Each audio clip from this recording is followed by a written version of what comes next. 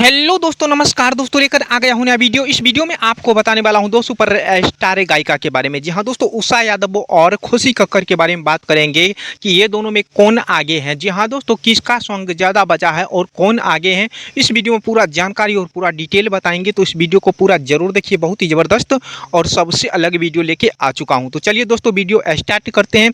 सबसे पहले बात करते हैं उषा यादव के बारे में, उसके बाद बात करेंगे खुशी कक्कर के बारे में।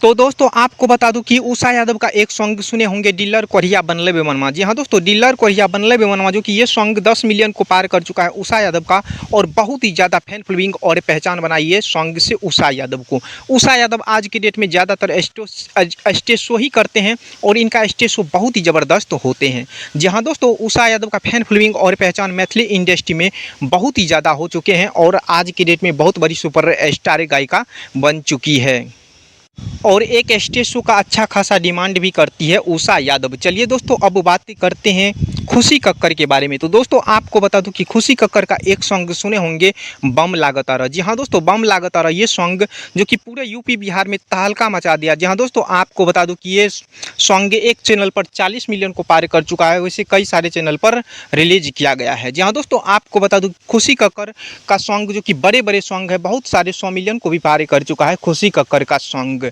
जी हाँ दोस्तों, खुशी कक्कर को बहुत ज़्यादा फैन फॉलोइंग पहचान आज की डेट में हो चुके हैं और दर्शक बहुत ज़्यादा पसंद करते हैं। जी हाँ दोस्तों, बड़े बड़े सिंगर के साथ स्टेज शो भी कर चुके हैं खुशी कक्कर। जी हाँ दोस्तों, आज की डेट में खुशी कक्कर बहुत बड़ा डिमांड करते हैं स्टेज शो का भी और सॉन्ग का भी। तो जी हाँ दोस्तों, यही रहा दोनों सुपर स्टार गायिका के बारे में।